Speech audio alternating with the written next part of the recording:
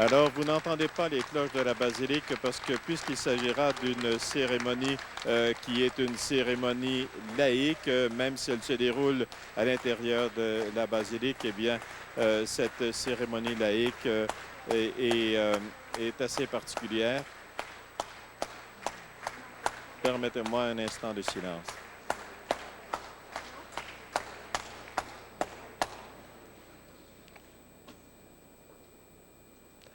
Alors maintenant, le cercueil entre à l'intérieur de la basilique Notre-Dame. À l'entrée du cortège, vous entendez l'organiste Pierre Grand-Maison qui interprétera de Brahms Par toi, chère âme.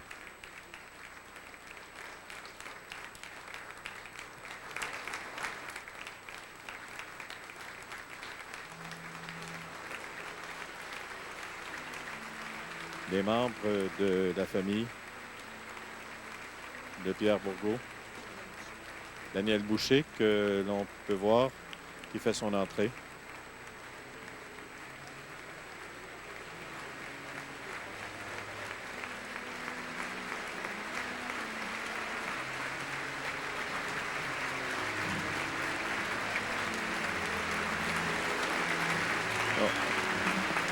On se dirige, et c'est assez exceptionnel que ce soit, je pense, les porteurs qui portent le cercueil de Pierre Bourgault jusqu'à l'avant,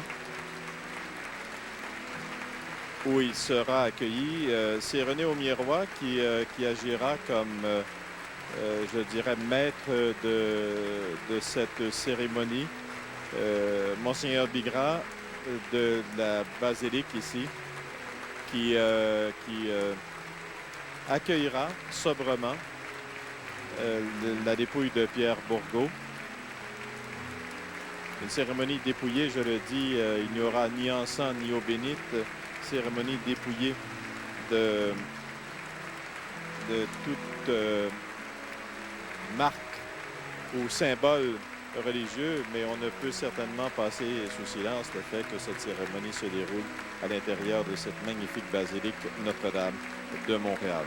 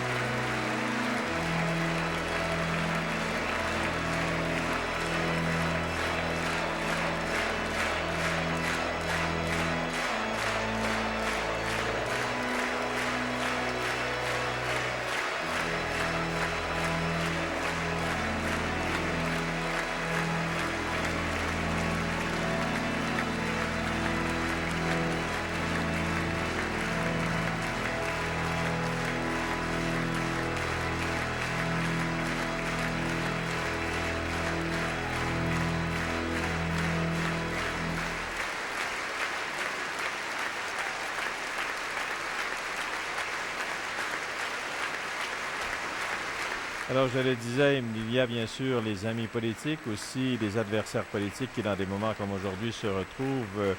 Nous venons de voir le premier ministre du Québec, M. Jean Charest, également M. Bernard Landry. Le cercueil, écoutons en ces lieux René Aumier-Roy. le curé de la basilique Notre-Dame,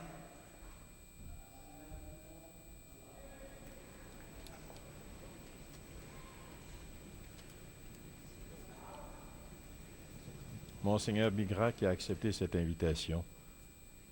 Mesdames et Messieurs,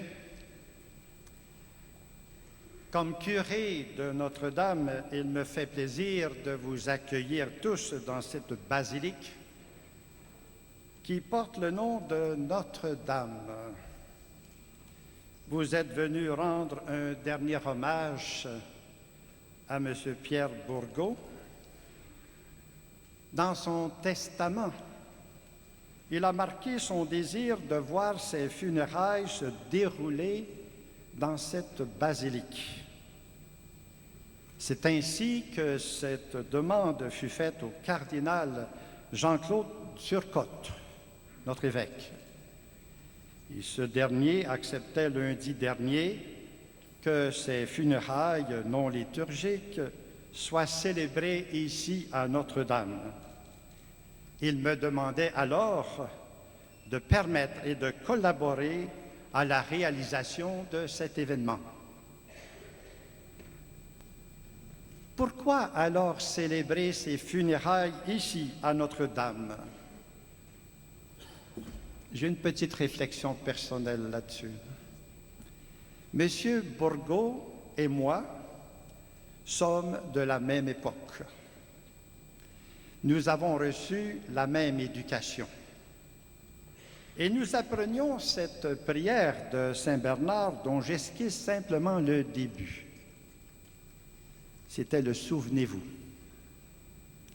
Souvenez-vous, ô très miséricordieuse Vierge Marie, qu'on n'a jamais entendu dire qu'aucun de ceux qui ont eu recours à votre protection, imploré votre assistance ou réclamé vos suffrages, ait été abandonné.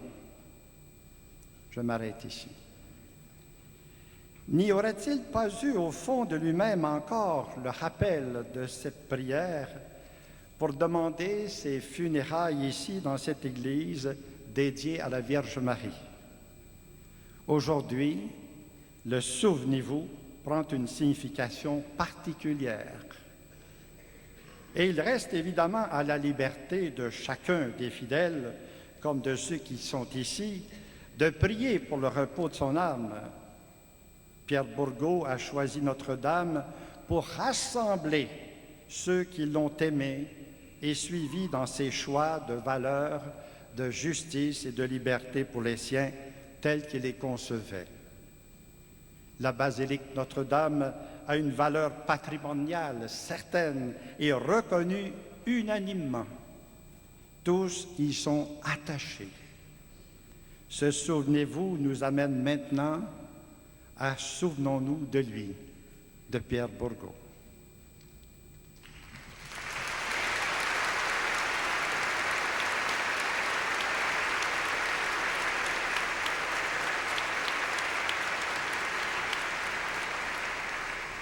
Au contraire de ce qui se passe parfois lors de funérailles nationales, aujourd'hui, lors de ces funérailles civiques, tout ce que vous entendrez dire au sujet de Pierre Bourgault sera vrai, parce que les gens qui vous le diront et qui parleront de lui le connaissaient vraiment et l'aimaient vraiment.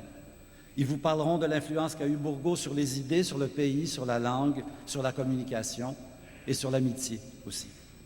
Allumeur de conscience, professeur de liberté, tribun exceptionnel, indépendantiste de choc, pourfendeur d'idées reçues, oui, Bourgault a été tout cela, mais il était surtout ce que tout bon citoyen devrait être, un casse-pied qui remet tout le temps, en cause.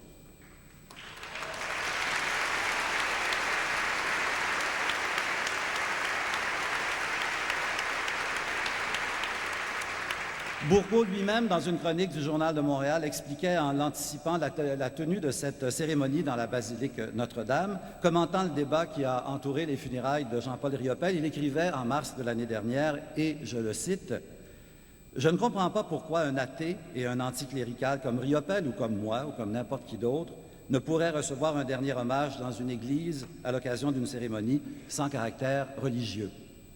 Notre société s'est beaucoup laïcisée depuis un certain nombre d'années et nous tentons, depuis, d'adapter nos institutions à cette nouvelle réalité. Nous étions habitués à des rites immuables qui nous menaient de la naissance à la mort et qui tous étaient imprégnés de l'esprit religieux.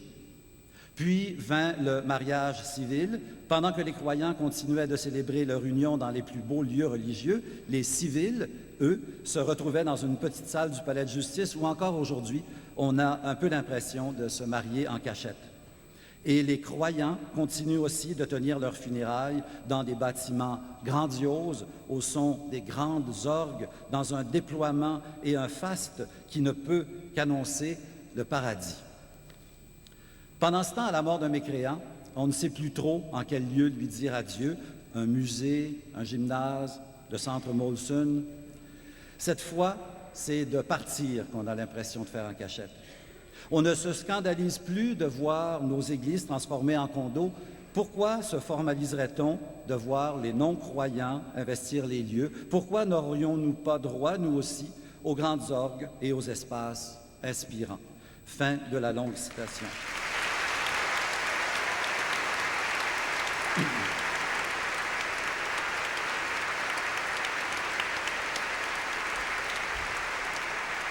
Voilà. Et merci, bien sûr, au cardinal Turcotte et à Monseigneur Bigras.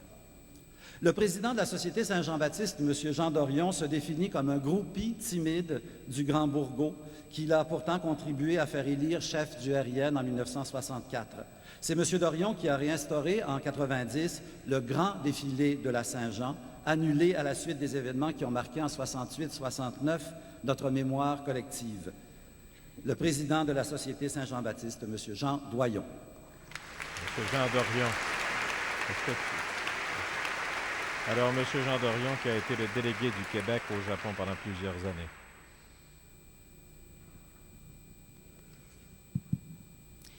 Alors, comme on nous a tous demandé d'être bref, je vais débuter simplement comme Pierre Bourgault en disant « Mes chers amis ».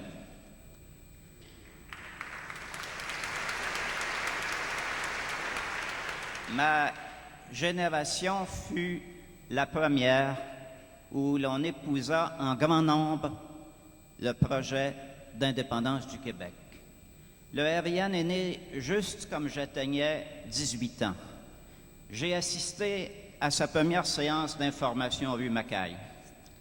À 22 ans, vice-président dans Saint-Henri, j'ai pris part au congrès qui a fait de ce mouvement un parti et porté Pierre Bourgault à sa tête.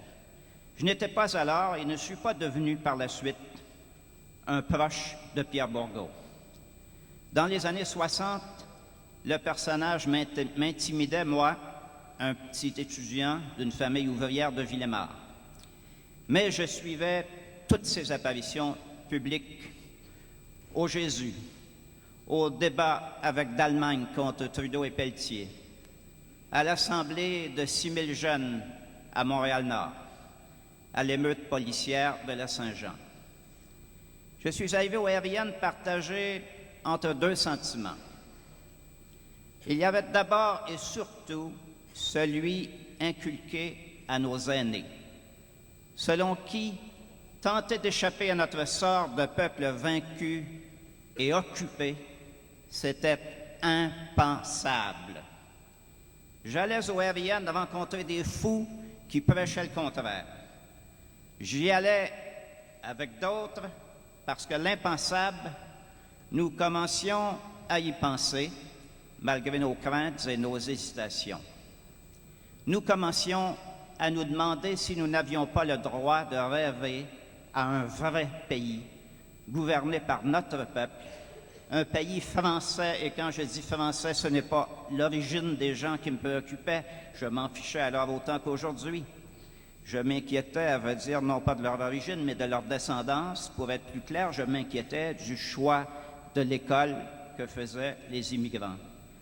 À Montréal, à notre humiliation face au traitement infligé aux Français, s'ajoutait de l'angoisse à l'idée que bientôt, nous perdrions peut-être même les moyens démographiques et donc politiques de corriger la situation.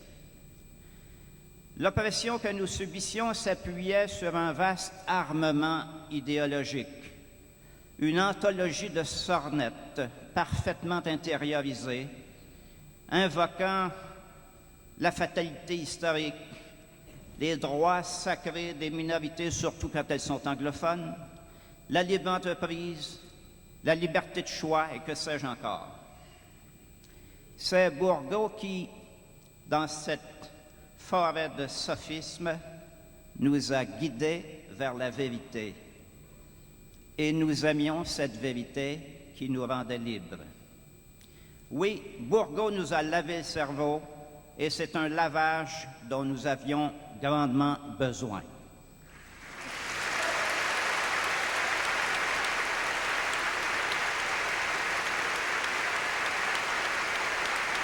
Alors, c'était Jean Dorion, qui sera suivi de Guy Lepage, qui est un ami et un ancien étudiant de Pierre Bourgault. En 1967, j'ai monté chez mes parents une assemblée de cuisine avec Bourgault. S'y mêlaient à la famille, des camarades d'université et des voisins presque illettrés. Tous gens traînaient là non sans peine, sceptiques au début, puis fascinés et à la fin convaincus. Des assemblées du genre, Bourgault en a fait des centaines à travers tout le Québec. Ne vous étonnez pas de la multitude qui l'entoure aujourd'hui. Je revois Bourgault debout dans la cuisine, répondant encore aux questions à 3 heures du matin, tout en mordant à belles dents dans un gros concombre mariné. C'était une force de la nature, ce Bourgault. Dans tous ses discours, il ne mordait pas avec moins de force dans les mots, déchiquetant les sophismes de nos adversaires et nous ménageant d'hilarantes surprises. De mémoire, en voici des échantillons. Travailler dans sa langue chez soi, c'est normal. Les Français travaillent en français chez eux. Les Allemands travaillent en allemand chez eux. Les Japonais travaillent en japonais chez eux. Et les Anglais travaillent en anglais chez nous.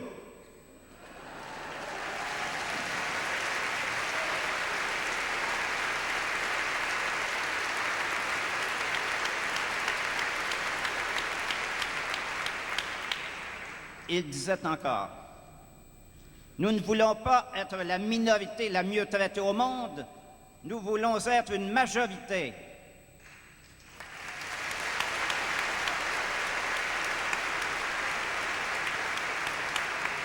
Et encore contre le statut particulier. Nous ne voulons pas être une province pas comme les autres, nous voulons être un pays comme les autres.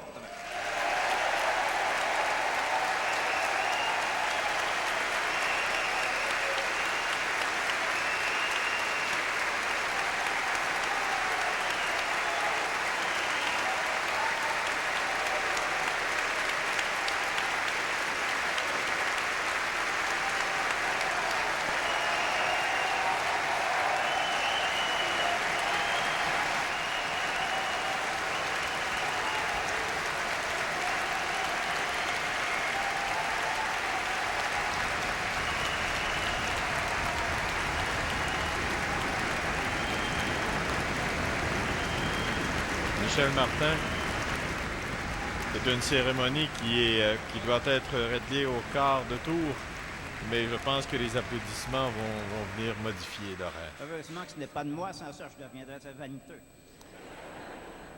Ou sur la langue. On ne fait pas une législation linguistique pour être bien vu à l'étranger, mais pour être bien chez soi.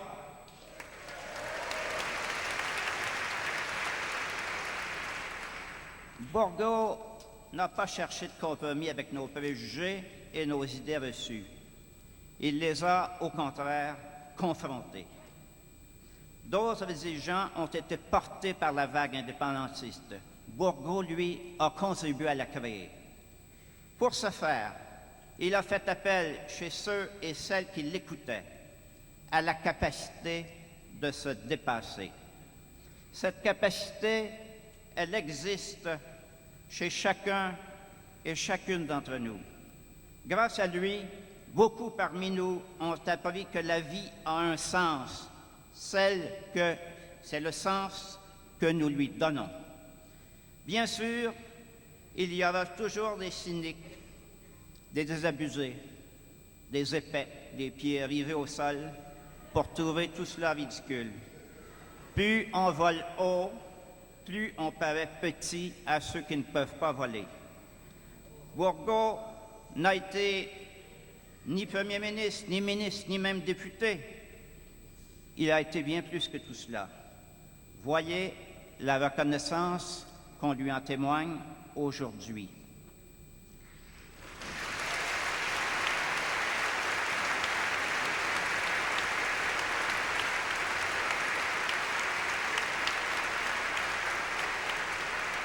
Récemment, il disait qu'il ne craignait pas la mort, qu'une vie, c'est assez.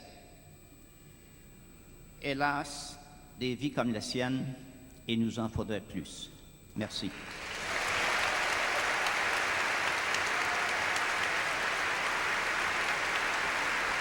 Alors, c'était Jean Dorion, président de la Société Saint-Jean-Baptiste de Montréal.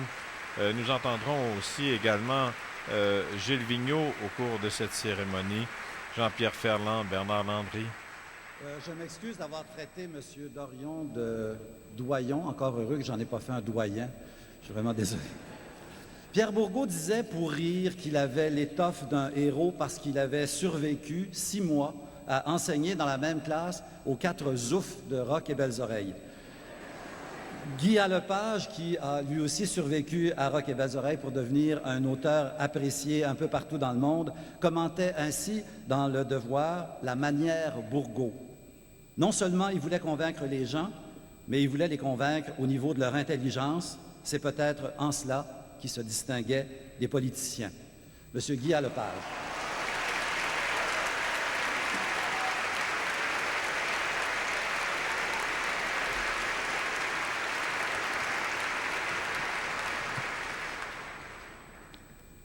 Le téléphone sonne. Oui, allô? Lepage, chez Bourgault. Je t'ai vu hier à Julie Schneider, t'étais pourri. Et là, le rituel recommençait. Comment ça, j'étais pourri? Les gens étaient crampés. Tu répondais pas aux questions, tu faisais ton cabotinage, c'est pas ça que je t'ai enseigné. Et là, tout en lui parlant, je débouchais une bouteille de vin, je m'installais et on descendait un verre ou deux en se donnant des nouvelles. Comment ça va, mon petit gars? Car Pierre Bourgault prenait surtout des nouvelles des autres. Les autres étant Franco, Marie-Hélène, Jean-Marc, Marie-France et tant d'autres que je ne connaissais pas.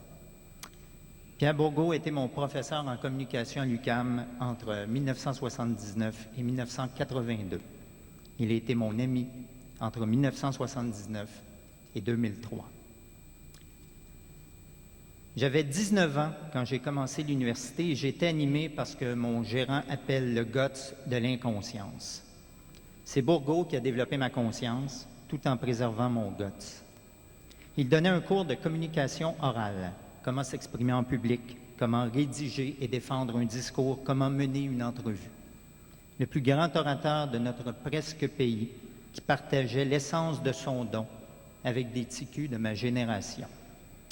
Bourgault nous expliquant le pouvoir des mots, la façon de les effiler et de les brandir afin de pourfendre, et la façon de les utiliser et de les choisir afin de surprendre. Car les mots que l'on use sont le reflet de notre âme et ceux dont on abuse à la petitesse nous condamnent. C'est dans ce cours-là que j'ai commencé à écrire des discours comiques. Et celui qui riait le plus, c'était Bourgault. Un métier se profilait, une amitié se dessinait. Pierre donnait aussi un cours sur l'histoire du Québec de 1960 à nos jours étant 1981. J'ai été étudiant puis correcteur de travaux dans ce cours où chaque semaine, 300 étudiants s'entassaient dans un auditorium pour entendre parler de l'histoire du Québec par celui qui l'avait marqué à jamais. Et sur scène, il y avait deux Pierre Bourgault, le tribun et le professeur. Le tribun s'emportait et parlait de son Québec tel qu'il le voyait, et le professeur lui parlait du Québec des autres, de celui que les autres ne voyaient pas comme lui. Et Bourgault partageait la scène. On parlait de FLQ, Bourgault invitait un membre de la cellule Libération. On parlait de la crise d'octobre, Bourgault invitait Robert Bourassa. Et dans ce cours d'histoire commenté, le tribun s'effaçait devant le professeur et même s'il n'approuvait ni les méthodes du felkisme, ni le laxisme du premier ministre, il posait des questions aussi précises et orientait la discussion de façon telle que devant nous, l'histoire de notre nation se rejouait. Les acteurs des événements commentaient, se justifiaient, se défendaient. C'était comme le canal Historia, mais en direct. Durant les 6 derniers mois de la campagne référendaire de 1980, Pierre Bourgault a donné des conférences à travers le Québec, des conférences où il soulevait la foule, faisant miroiter ce pays qui n'attendait plus que nous. Je l'ai accompagné plusieurs fois lors de ces soirées où à chaque fois, il faisait exactement le même discours, en disant à chaque fois complètement autre chose, consultant rarement sa feuille de notes qui comportait 3 ou 4 mots. Devant une foule, Pierre Bourgault se magnifiait, terrifiant de charisme et si conscient de son pouvoir gigantesque que jamais il ne sombrait dans le mépris ou la xénophobie. Quelques semaines avant le vote, le verdict des sondages était tombé. Un soir, après un discours où il s'était surpassé, j'ai dit « Pierre, est-ce que tu le sais qu'on n'a aucune chance de gagner? » Il a dit « Je le sais, mon petit gars, mais il ne faut jamais, jamais renoncer. »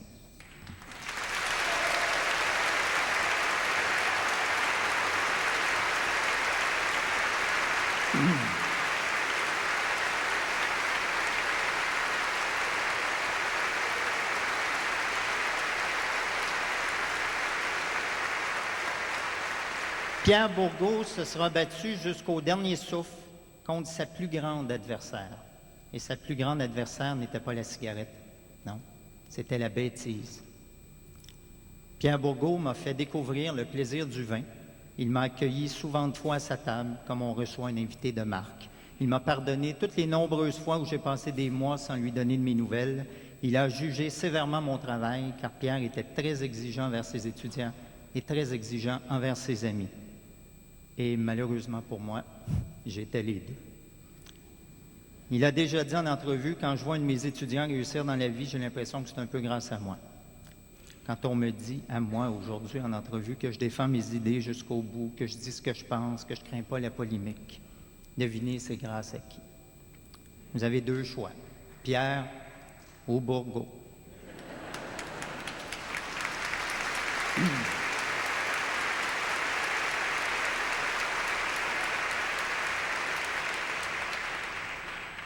Samedi dernier, à l'hôpital, on a passé 1h30 ensemble, lui et moi, à jaser de plein de choses qui ne vous concernent pas.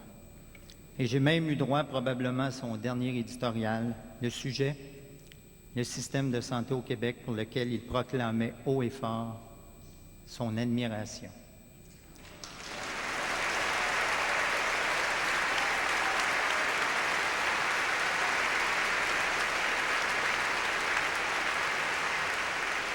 Comme quoi l'homme aurait été jusqu'au bout en marge des idées préconçues. À la fin, on s'est longuement serré la main, la gauche, car Pierre était de gauche et moi je suis gaucher. On s'est regardé dans les yeux, j'ai dit « Monsieur Bourgault ». Il a dit « Monsieur Lepage ». Le professeur venait de donner à son étudiant sa dernière note. J'ai appris plusieurs choses de Pierre Bourgault. La rigueur de l'argument, comment rester un esprit libre, comment développer une pensée personnelle en dehors des courants et des conventions, comment assumer ses choix, comment les défendre, quitte à perdre des revenus, quitte à perdre des amis. Samedi dernier, j'ai appris 2 nouvelles choses grâce à Pierre Bourgault. La dignité dans la maladie et la sérénité face à la mort. Jusqu'à la fin, il m'aura enseigné quelque chose. Ce fut un honneur, Monsieur Bourgault.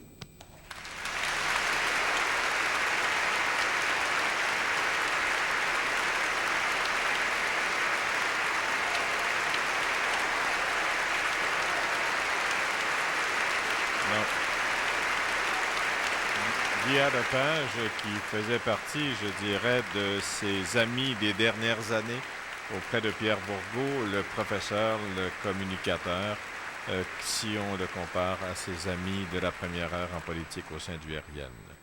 Duo infernal pour les uns, choc intelligent des idées pour les autres. Tous les jours de la semaine, pendant toute cette dernière saison, Marie-France Bazot s'est entretenue sur les ondes de la première chaîne de la radio de Radio-Canada avec Pierre Bourgault. C'est lui qui lui avait appris, dans une émission qu'ils avaient co-animée longtemps, à repousser les limites de la radio, comme il aimait le répéter.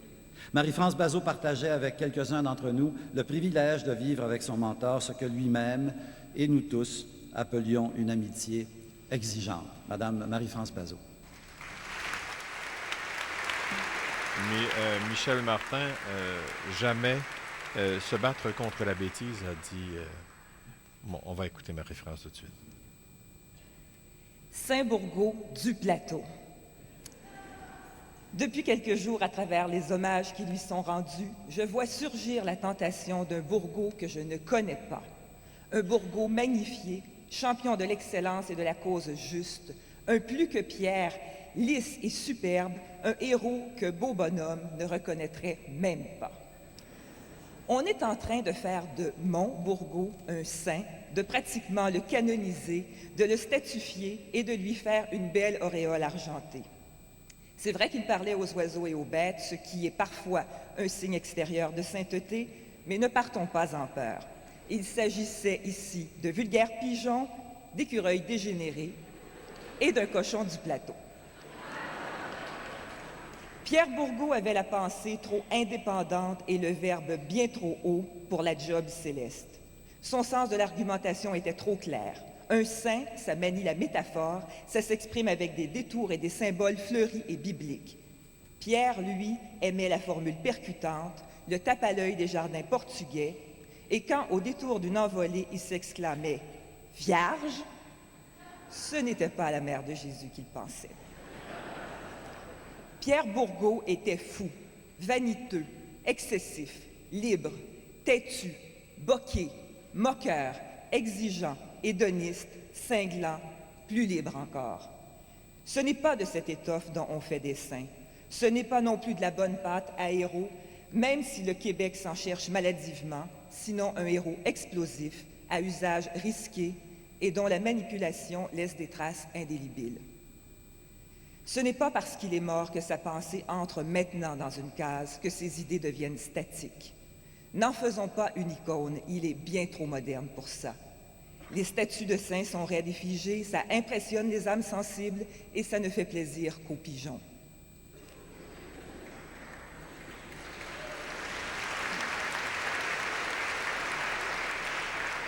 L'esprit de Pierre est vivant, que son courage, sa totale liberté de penser, que son originalité radicale nous inspire, que son souvenir nous empêche de penser convenable et convenu, de bêler avec le troupeau, qu'il soit un coup de pied dans le consensus mou. Pierre, ce vieil athée, aurait apprécié le paradoxe qu'une femme, dans une église, vienne dire qu'il n'est pas canonisable. Non.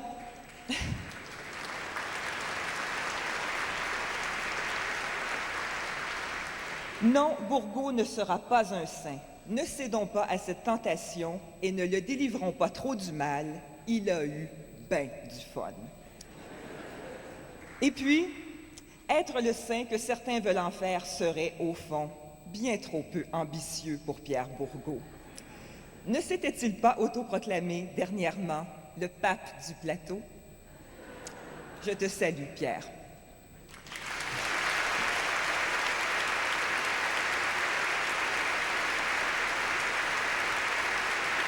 Marie-France Bazot qui anime cette émission indicative présent sur les ondes de Radio-Canada où Pierre Bourgault livrait son message quotidiennement. Le dictionnaire Larousse définit Gilles Vigneault comme un chanteur canadien d'expression française qui écrit, compose et interprète des chansons qui évoquent les diverses facettes de son pays et de sa culture. Il ne dit pas, le dictionnaire Larousse, que la langue de Gilles Vigneault est la plus belle des langues de chez nous. Pierre Bourgault l'a aussi défendu avec une passion contagieuse, cette langue, qu'il a souvent définie comme un outil essentiel de liberté. Si Gilles Vigneault sait magnifiquement la chanter, il sait aussi en parler avec une ardeur unique que le temps n'a ni usée ni diluée, bien au contraire. Monsieur Gilles Vigneault.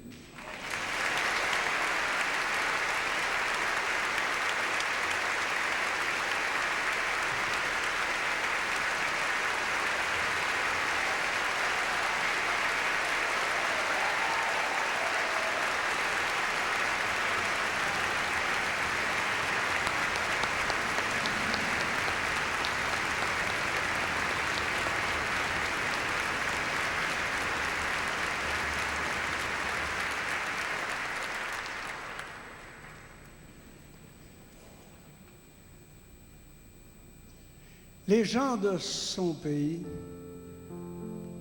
ce sont gens de parole, les gens de causerie, qui parlent pour s'entendre et parlent pour parler. Il faut les écouter. C'est parfois vérité et c'est parfois mensonge, mais la plupart du temps, c'est le bonheur qui dit, comme il faudra de temps pour saisir le bonheur, à travers la misère, emmaillée au plaisir, tant d'en rêver tout haut que d'en parler à l'aise. Parlant de son pays, je vous entends parler, et j'en ai danse aux pieds, et musique aux oreilles, et du loin au plus loin de ce neigeux désert, où vous vous entêtez à jeter vos villages, je vous répéterai vos parlers et vos dires, vos propos et parlures, jusqu'à perdre mon nom, aux voix tant écoutées, pour qu'il ne reste plus de moi-même qu'un peu de votre écho sonore. Je vous entends jaser sur le perron des portes, et de chaque côté des cléons, des clôtures, je vous entends chanter dans ma demi-saison votre trop court été et mon hiver si long. Je vous entends rêver dans les soirs de doux temps. Il est question de vent, de vente et de gréement, de la bourse à finir, d'espoirs et de récoltes, d'amour et du voisin qui veut marier sa fille. Voix noire, voix durcie, d'écorce et de cordage, voix des pays plein champ, et voix des amoureux, douces voix attendries des amours du village. Voix des beaux airs anciens dont on s'ennuie en ville, pillaillerie d'école et palabres esparage, magasin général et restaurant du coin, les ponts, les quais, les gares, tous vos cris maritimes atteignent ma fenêtre et m'arrachent l'oreille. Est-ce vous que j'appelle ou vous qui m'appelez, langage de mon père et patois 17e, vous me faites voyage, mal et mélancolie, vous me faites plaisir et sagesse et folie. Il n'est coin de la terre où je ne vous entende, il n'est coin de ma vie à l'abri de vos bruits, il n'est chanson de moi qui ne soit toute faite avec vos mots, vos pas, avec votre musique. Je vous entends rêver, douce comme rivière, je vous entends claquer comme un voile du large, je vous entends gronder comme un chute en montagne, je vous entends rouler comme un baril de poudre, je vous entends monter comme un grain de 4 heures, je vous entends cogner comme un mer en falaise, je vous entends passer comme un glaçon des vagues, je vous entends demain parler de liberté.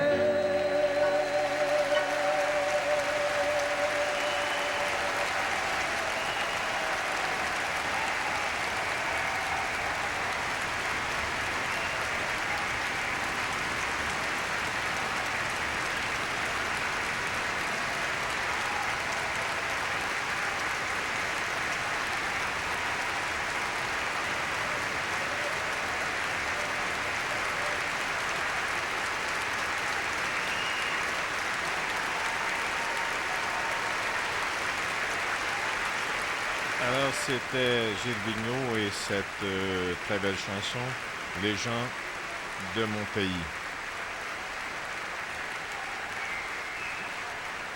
Bourgault aurait certainement apprécié beaucoup cette interprétation de cette chanson de Vigneault. Les derniers jours de la vie de Pierre Bourgault ont été partagés presque heure par heure par Marie-Hélène Roy et par Franco Nuovo, ses amis les plus proches, qui se sont occupés avec autant de générosité de son mieux-être physique que de son bien-être moral. Et c'est en partie grâce à eux qu'il est parvenu à atteindre peut-être une certaine sérénité. Franco Nuovo a raconté dans son journal ce que furent ses derniers moments. Il a aussi eu accès à un texte ultime de Bourgault qu'il nous lit. Monsieur Franco Nuovo.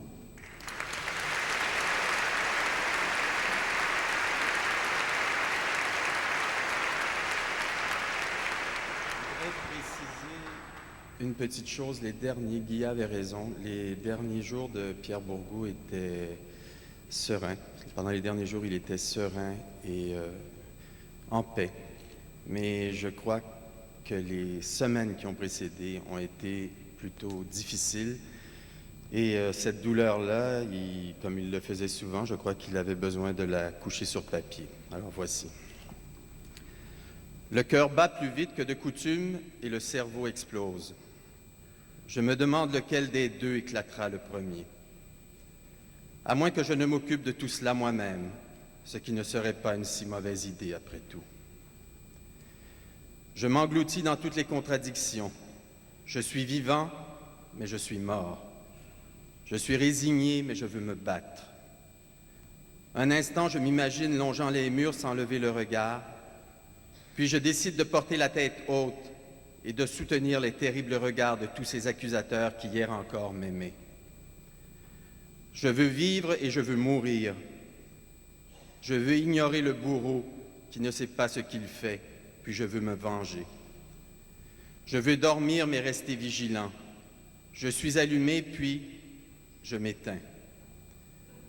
Je me suis toujours un peu moqué de la mort, la mienne et celle des autres. Tout s'arrête et voilà, c'est tout. Je ne l'ai jamais souhaité, mais je n'ai jamais non plus tenté de l'ignorer. Je savais qu'elle viendrait en son temps. Je souhaitais simplement qu'elle soit douce et qu'elle me prenne à l'improviste, sans m'avertir qu'elle s'amenait. Mais voilà qu'elle se présente devant moi dans toute sa brutalité, avec une brusquerie sauvage qui m'arrache de terre avec violence. Je comprends maintenant pourquoi il vaut mieux ne pas connaître le jour de sa mort. Car autrement, on devient un mort vivant. Vous vous levez un matin, tout va bien. Puis quelqu'un vous annonce que vous serez exécuté dans l'après-midi. Entre le matin et l'après-midi, il y a l'éternité. Pas la vie, l'éternité qui, comme on le sait, ressemble parfois à l'enfer. Oui, c'est de cela qu'il faut parler, l'enfer. J'y suis plongé depuis 5 jours, entouré de tous ces démons déchaînés, les miens et ceux des autres. Ils m'assaillent de toutes parts et me roulent dans la boue. Je ne suis plus rien, moins que rien. Et pourtant, il me reste la rage. Oui, cette sorte de rage qui est plus que de la colère. Cette rage incandescente qui me brûle et me consume comme le feu le ferait sur le bûcher. Voilà 5 jours que ça dure. Non seulement l'épouvante ne diminue pas, elle s'installe à demeure. Je sais que le fusil a craché son feu, mais je ne sais pas quand il m'enflammera le cerveau. Inconsciemment, je longe déjà les murs et je ne regarde plus les gens, les voisins, les passants dans les yeux. J'attends. Une attente habitée de toutes les angoisses, de tous les cauchemars. Je ne me déplace plus que lentement, comme si je craignais d'arriver trop vite au but.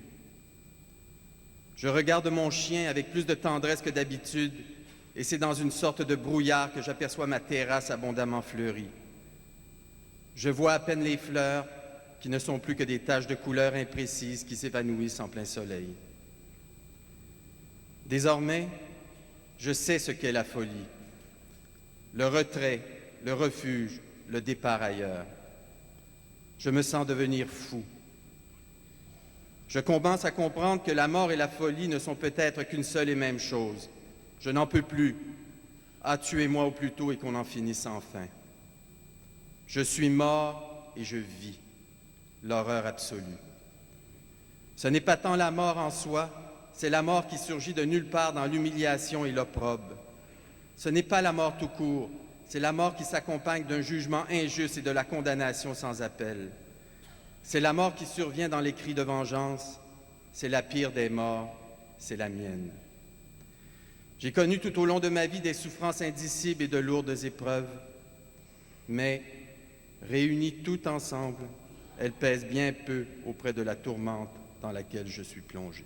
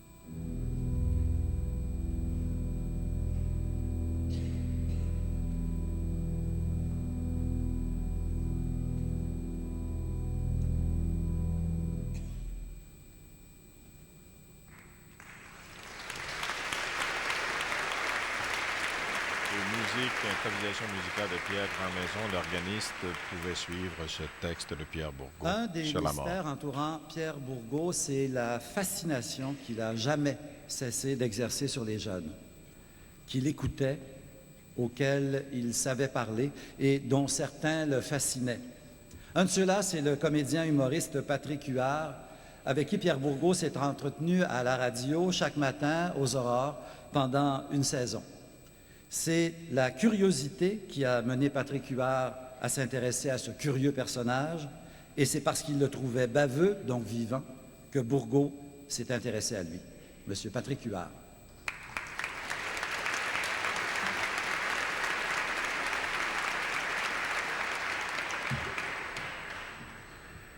C'est simplement une lettre que j'ai écrite à Pierre lundi soir, dans la nuit de lundi à mardi. Je sors de chez vous, ton repère de vieux fou. Je ne sais pas si j'étais à ma place, mais ça m'a fait du bien. J'ai vu tes fleurs, ton vin, ton dictionnaire. En passant, qu'est-ce que tu faisais avec ça, un dictionnaire? Qu'est-ce que ce livre-là savait de plus que toi? Peut-être que tu faisais sécher des feuilles d'érable en cachette. J'ai vu ton micro aussi, celui dans lequel tu m'as parlé tous les matins pendant 8 mois. Et c'est là que l'émotion a monté. Parce que j'aimais ça m'obstiner avec toi, parce que j'étais fier quand je te faisais rire ou quand une fois de temps en temps tu étais d'accord avec moi. Mais c'est surtout parce que le micro était vide. Oui, ça se peut, un micro vide. Surtout quand il a été si plein et si chanceux, ce micro, d'avoir été le premier à recevoir tes mots.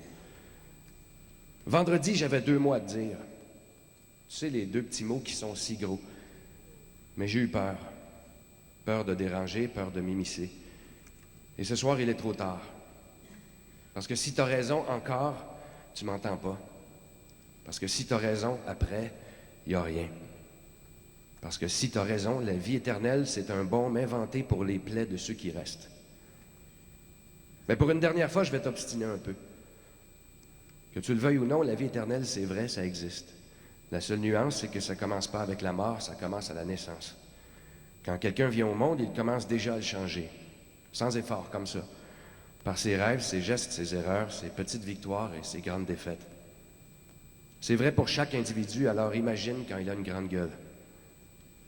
Ça fait des décennies que tu parles à des milliers de gens. Ça a commencé sur des toits de chars pour se terminer dans le plus grand quotidien d'Amérique. Bourgault, que ça te plaise ou non, t'es là pour toujours, parce que t'as changé le monde. Tu m'as changé moi. Tu m'as donné le droit et le goût d'ouvrir ma grande gueule. Tu m'as prouvé qu'on pouvait s'adresser à tout le monde sans niveler par le bas. Tu m'as appris le courage de ce qu'on est. Tu m'as pointé du doigt les injustices, les magouilles. Tu m'as parlé d'un rêve de société. Tu m'as changé pour toujours. Et si tu m'as changé comme homme, tu m'as changé comme artiste. Et forcément, tu m'as changé comme père. Si tu m'as changé comme père, ça veut dire que les enfants de ma fille auront un peu de toi. Et s'ils sont chanceux, ils vivront ton rêve avec leurs enfants. Et ça, c'est juste moi, Pierre. Tu as changé comme ça une foule de gens et parmi eux, des beaucoup plus influents que moi. Alors si c'est pas ça, la vie éternelle, dis-moi c'est quoi?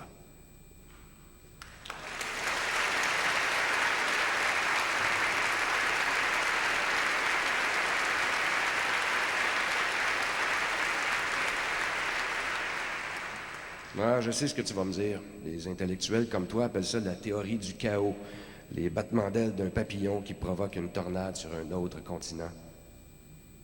Ben, laisse-moi te dire que t'étais un maudit gros papillon, Bourgault. La dernière fois qu'on s'est vu, je t'en ai dit des conneries comme un gamin qui fait fâcher son vieux pour avoir un peu d'attention. Ce midi-là, tu m'as dit que j'étais un jeune crétin de droite qui voulait mettre la police partout. Ben, venant d'un vieux bougonneux de gauche de mauvaise foi comme toi, je sais ce que ça veut dire. Moi aussi, je t'aime, Pierre.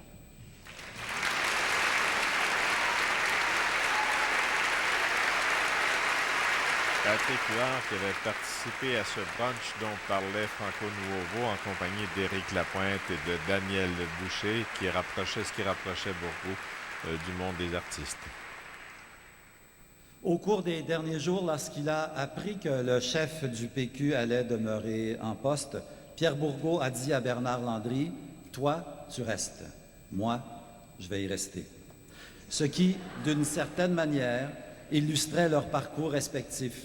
Bourgault qui, en s'abordant le RIN, avait sabordé sa propre carrière politique. Bernard Landry qui, avec acharnement, a tout fait pour maintenir en force et au pouvoir le Parti de l'indépendance. Il était, lui aussi, un de ses amis, donc il parlera vrai. Le chef de l'opposition officielle à l'Assemblée nationale et président du Parti québécois, M. Bernard Landry.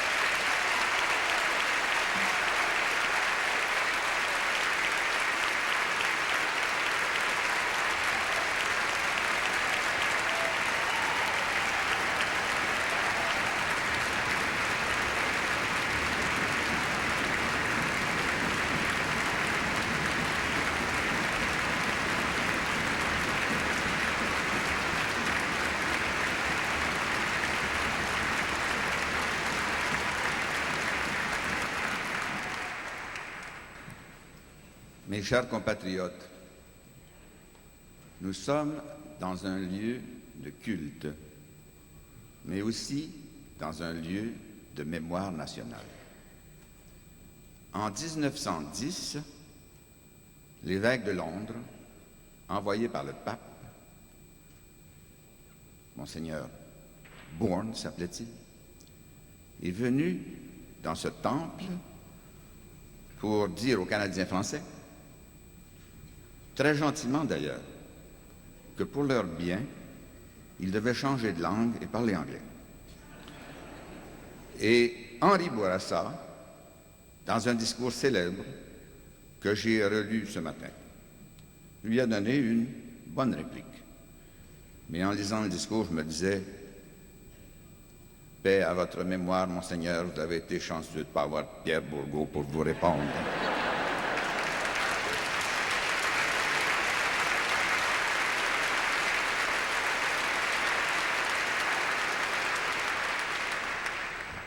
Mais 50 ans plus tard, il lui a beaucoup répondu. Il a contribué puissamment à changer la réalité des choses, à changer notre peuple et notre nation.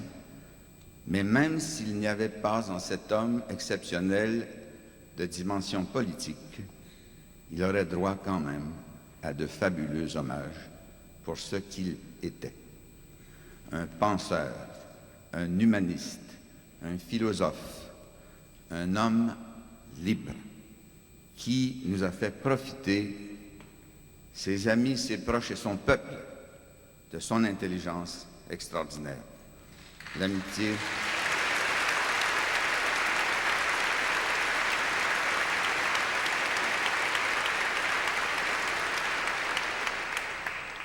d'un grand homme est un bienfait des dieux. Cela s'applique, bien sûr, à Pierre Bourgault. Il avait choisi la communication, qui est le métier de la liberté. Et il l'a exercé, enseigné, vécu avec un brio exceptionnel. Utilisant la fougue et la voix puissante dans les sous-sols d'église des années 60 et utilisant le souffle physique qui lui restait pour parler à la radio le matin d'une façon aussi extraordinaire. Il avait choisi la communication comme René Lévesque. J'adorais les deux. Les deux ne s'adoraient pas. Et l'une des raisons élémentaires de ces relations houleuses, c'est qu'ils se ressemblaient beaucoup. Par le métier choisi, par les talents, par la communication, par l'aura qui les entourait, parfois. Donc, ils étaient un peu comme les deux pôles positifs d'un aimant, ce qui ne les a pas empêchés de servir d'une façon extraordinaire notre nation. Pierre Bourgault.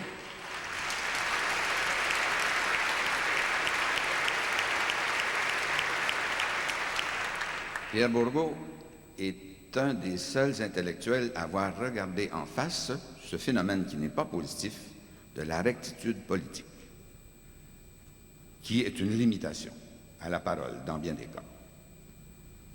Bourgault a regardé la rectitude politique en face et en plusieurs occasions, il lui a donné la raclée qu'elle méritait, avec une parole libre.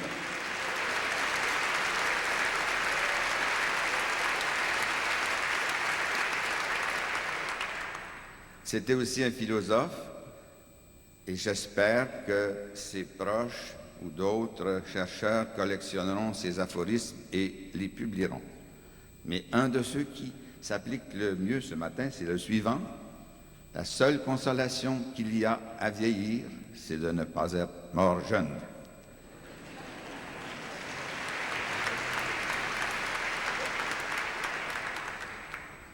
Venons à l'homme politique immense. Je suis sûr qu'il connaissait cette phrase de Thomas d'Aquin, le bœuf muet d'Aquin, qui est la suivante. L'espoir a deux enfants, la colère en voyant les choses comme elles sont et le courage pour pouvoir les changer. Voilà le parcours de Pierre Bourgault.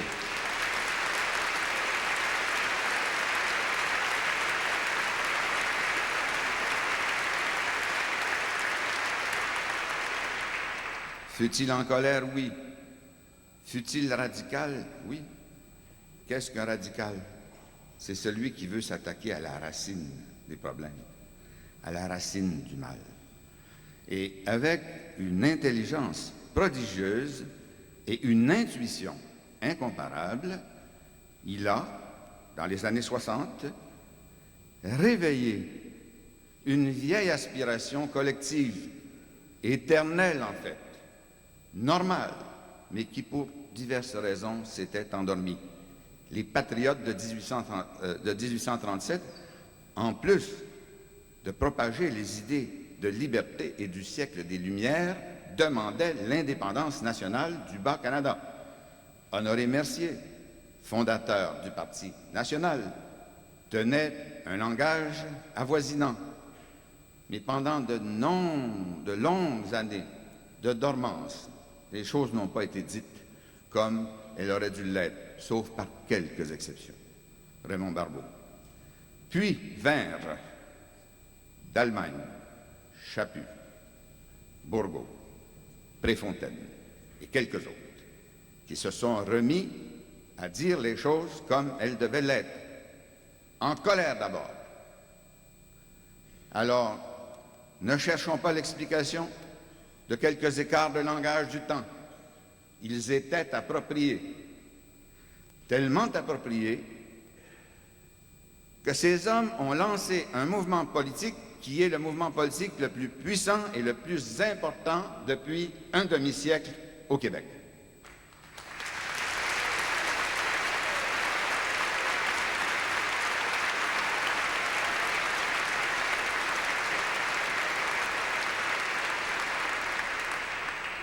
Et bien sûr, à travers les souffrances de la marginalité.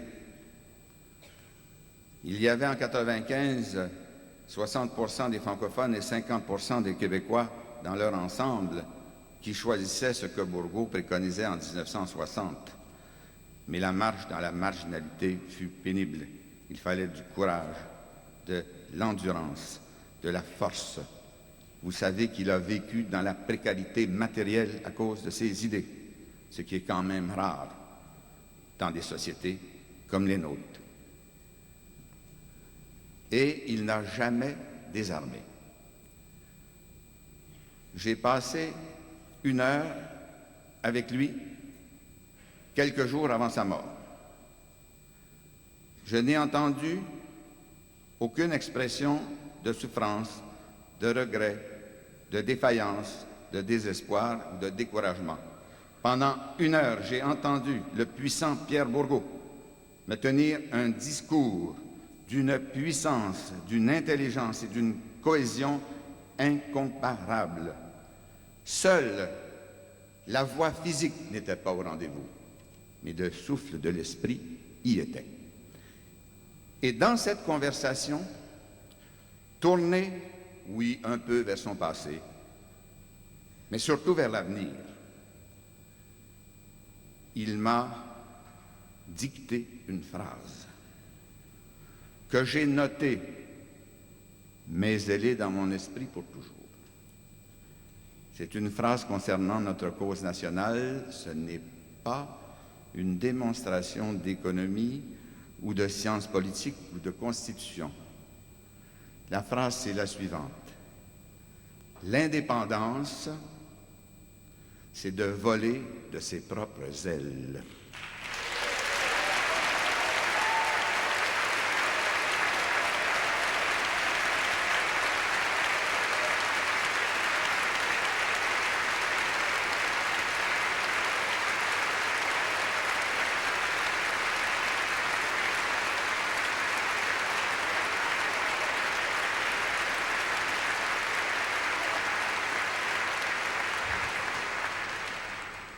Pierre Bourgault, tes compatriotes, ce matin, te rendent un hommage mérité.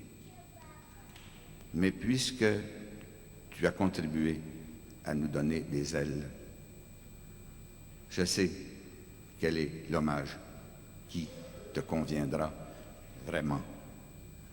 Et comme un des successeurs de Bourgault, comme chef des souverainistes du Québec, je m'engage avec des millions d'entre eux et d'entre elles à faire que le puissant rêve de Pierre Bourgault, si humain, si normal, si juste, se réalise et que notre patrie s'envole le plus tôt possible vers sa dignité et son indépendance nationale. Salut Pierre.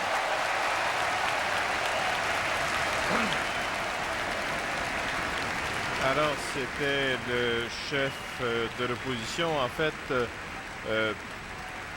Bernard Landry qui parlait ici en tant qu'ami de Pierre Bourgault, ami et uni dans cette cause avec Pierre Bourgault, cette cause pour l'indépendance nationale, parce qu'il pourra vous sembler y avoir un paradoxe aujourd'hui. Bien sûr, c'est Pierre Bourgault, c'est un hommage posthume à Pierre Bourgault. Vous avez le premier ministre du Québec, M. Jean Charest, qui est présent à cette cérémonie, qui a accepté d'être présent à cette cérémonie, mais une présence qui se fera de son côté dans le silence. Et nous allons maintenant poursuivre cette cérémonie.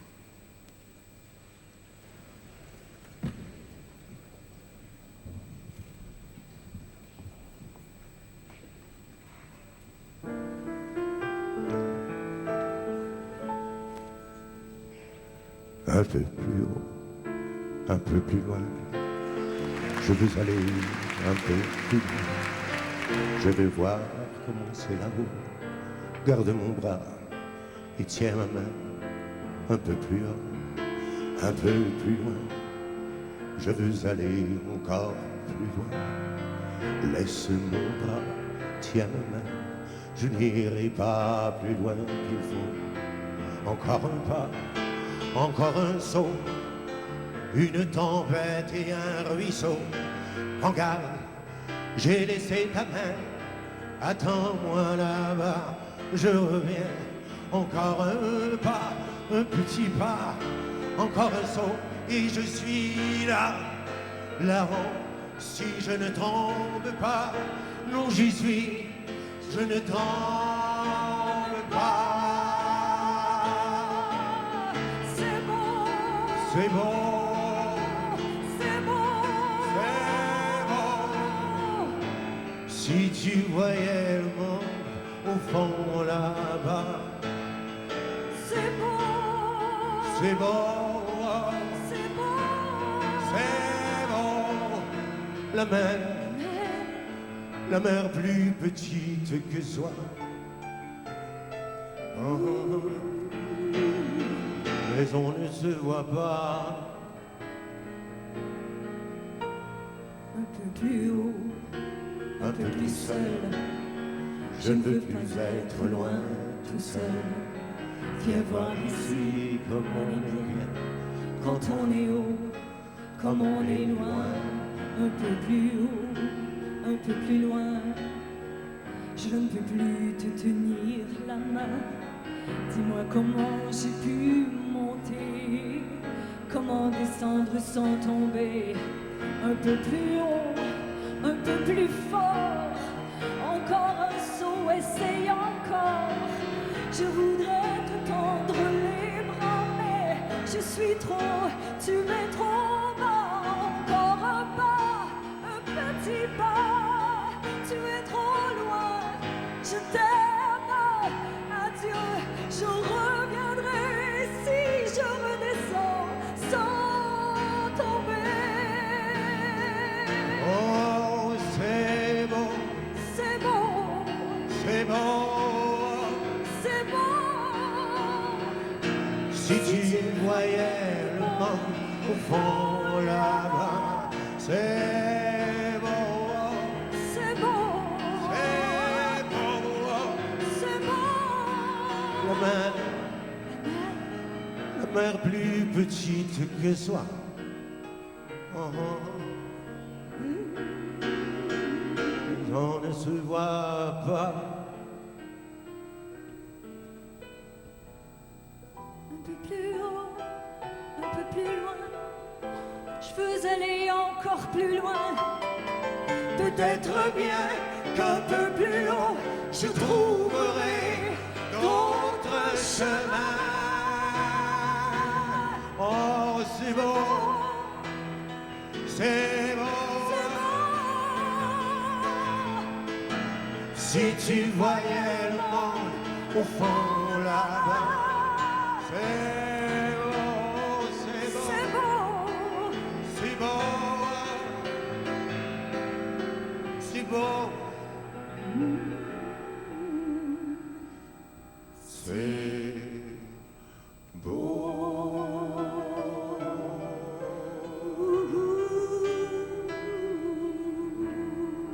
C'est beau.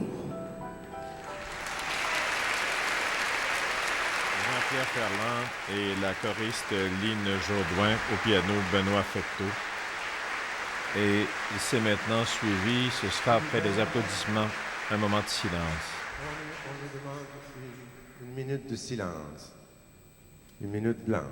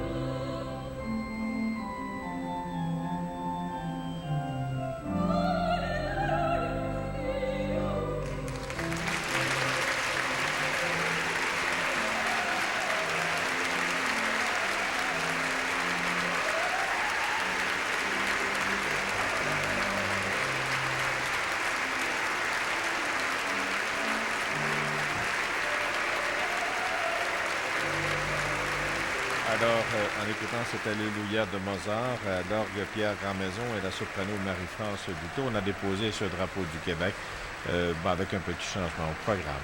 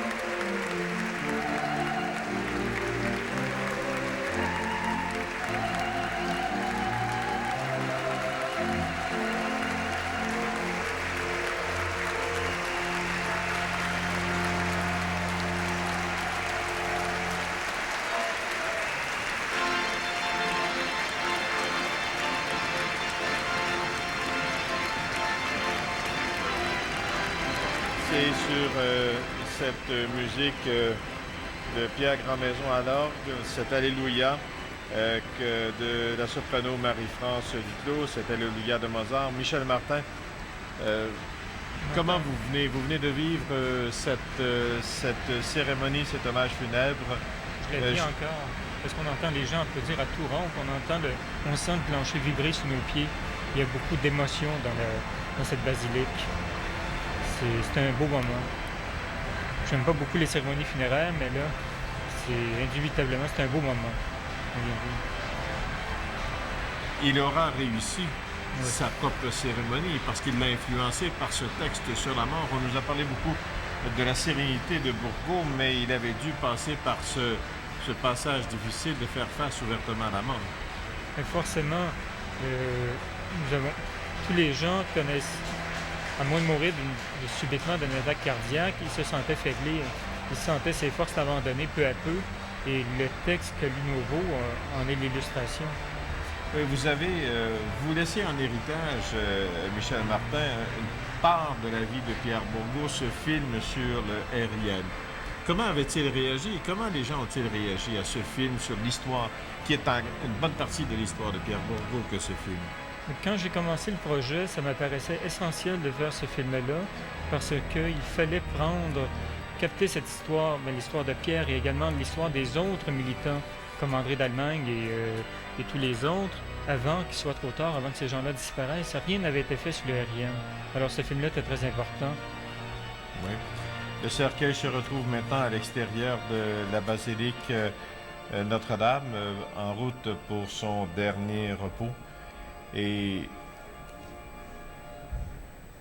ce film, est-ce qu'il a été accueilli, il avait été bien accueilli par les anciens du RIM? Très, très bien. À part quelques exceptions près, les gens étaient très chaleureux. Je me rappelle d'une Louise la Traverse en larmes à la fin. Les gens étaient très satisfaits. Est-ce qu'il aurait souhaité des funérailles nationales à votre avis? Je peux pas l'affirmer, mais... je m'excuse, Michel, on peut voir que l'Église n'a pu contenir toute la foule. Il y avait plusieurs centaines de personnes qui sont restées à l'extérieur. On peut voir à l'horizon le drapeau du Québec. Il y avait également le drapeau des Patriotes. Et ce drapeau fleur de lys, ce drapeau du Québec sur la tombe de Pierre Bourgault.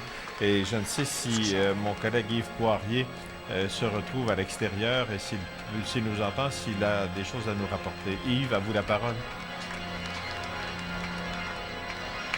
Oui, j'entends bien. OK, pardonnez-moi, Pierre. Oui. Non, j'ai Jean Charest juste à mes côtés, mais M. Charest vient tout simplement m'indiquer d'un signe de la tête qu'il ne voulait pas commenter à la caméra parce que, vous savez, lorsqu'il est arrivé tantôt, il a été hué par la foule. Mais quoi qu'il en soit, écoutez, cette cérémonie attire des centaines de personnes, beaucoup de sympathisants, des gens tantôt qui ont à leur manière rendu un témoignage à Pierre Bourgault. Yves, est-ce que vous avez pu parler avec M. Charest? Est-ce que vous pouvez vous adresser à lui?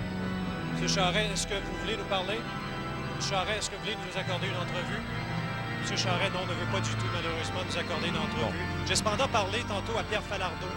Durant cette cérémonie, il se trouvait à l'extérieur. On connaît bien Pierre Falardeau, cinéaste, et je me demande si nous sommes en mesure de vous faire entendre un extrait.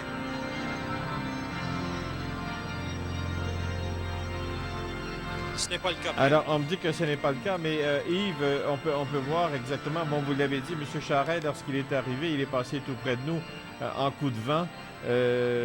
Bon, il y a eu quelques huées, mais M. Charest a choisi plutôt de respecter sans doute la mémoire de Pierre Bourgault, qui était un adversaire politique quand même, Michel. Et à ce moment-là, on peut dire que Jean Charest a choisi le silence, et c'est de circonstance. C'est pas les mêmes positions politiques. Il y a deux personnages qui ont été hués à l'arrivée. C'est Jean Charest et Guy Bertrand. Monsieur Guy Bertrand, parce qu'il était passé tantôt du côté fédéraliste et du côté indépendantiste. Mais ceci dit, je pense que la place du premier ministre du Québec était à cette cérémonie ici. C'est ce que je crois. Alors, on peut voir tous ces gens recueillis. Il est évident que Pierre Bourgault, la disparition de Pierre Bourgault, nous n'entendrons plus ça tout sur les ondes de Radio-Canada, mais cette disparition Que va-t-il rester, Michel, de Pierre Bourgault, à votre avis? Il va rester une œuvre immense. Je sais que des gens en avaient discuté avec moi, disaient c'est un peu dommage parce qu'il n'aurait été finalement que celui qui a parlé, il n'a jamais été élu, il aurait pu avoir un poste.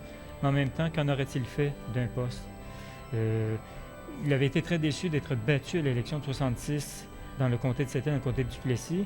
Mais oui, il avait un comté, il avait quand même obtenu 30 quelques % des voix dans un comté où personne ne pouvait s'imaginer d'aller se présenter là pour la cause de l'indépendance du Québec. C'était son choix à lui. Oui. Il se disait que s'il réussissait là où c'était impossible, après, tout serait possible. Pierre Bourgault, certains se sont dit qu'il n'aurait pas fait un bon politicien. Par contre, Jacques Parizeau, l'ancien premier ministre du Québec, dans un texte qu'il signait aujourd'hui, a dit de Pierre Bourgault, lorsqu'il s'était retrouvé au sein de l'exécutif, je pense, du Parti québécois, il avait prouvé qu'il pouvait avoir beaucoup de rigueur lorsqu'il entreprenait son travail. On a vu les témoignages aujourd'hui, je pense à Guy Lepage, qui a été son étudiant et qui a parlé de l'exigence de Pierre Bourgault. Pierre Bourgault, fidèle en amitié. Fidèle en amitié, fidèle toute sa vie à ses choix, à ses positions politiques et morales. Il s'est toujours battu contre l'injustice, contre la bêtise, toute sa vie. Et avec Pierre Bourgault, bien, disparaît un autre des personnages très importants. On le disait, il y avait eu Marcel Chaput qui était disparu très tôt et qui s'était éloigné du RIN. Marcel Chaput, il y a eu une scission dans le RIN, mais c'est Pierre Bourgault qui l'a ramené en lui demandant de venir se porter candidat en 65 pour la campagne électorale de 66, ce que Chaput a fait. Et par la suite, Chaput était membre du RIN jusqu'à la fin, jusqu'à la dissolution. Mais lui aussi a connu un triste sort au PQ parce que René Lévesque ne voulait pas entendre parler de lui. André d'Allemagne, Pierre Renaud, ça allait, mais René Lévesque et Marcel Chaput, ils ne voulaient pas de ces gens-là. Est-ce que vous avez eu la réponse de Pierre Bourgault? Dans le film, Pierre Bourgault se posait la question à savoir est-ce qu'il aurait dû continuer avec le RIN. Il a dit non, il a dit peut-être, il a eu une certaine nostalgie. Mais vous, est-ce qu'il vous a déjà donné sa réponse définitive? Non, je pense qu'il a gardé jusqu'à la fin cette hésitation, cette vague hésitation. Est-ce qu'on aurait dû dissoudre? Est-ce qu'on aurait dû continuer? Si vous me permettez, je vais aller à mon collègue Yves Poirier. Vous êtes au cœur de la foule, je vous vois. Est-ce que vous avez entendu les réactions des gens? Pierre, je me dirige tout de suite vers Jacques Parizeau et je vais lui demander immédiatement, pardonnez-moi, monsieur. Monsieur Parizeau, nous sommes en direct sur le réseau de l'information. Comment est-ce que ça a été évidemment touchant comme cérémonie? Tout à fait, monsieur, mais je ne veux pas donner d'entrevue. C'est pas le moment, c'est pas le cadre. Voilà, Pierre, vous avez entendu le commentaire de... Oui, on a vu... de toute évidence, il ne veut pas commenter. Je vais tout de suite me diriger vers M. Ménard. M. Ménard, nous sommes en direct sur le réseau de l'information. Je vais vous demander, ces témoignages vous ont touché?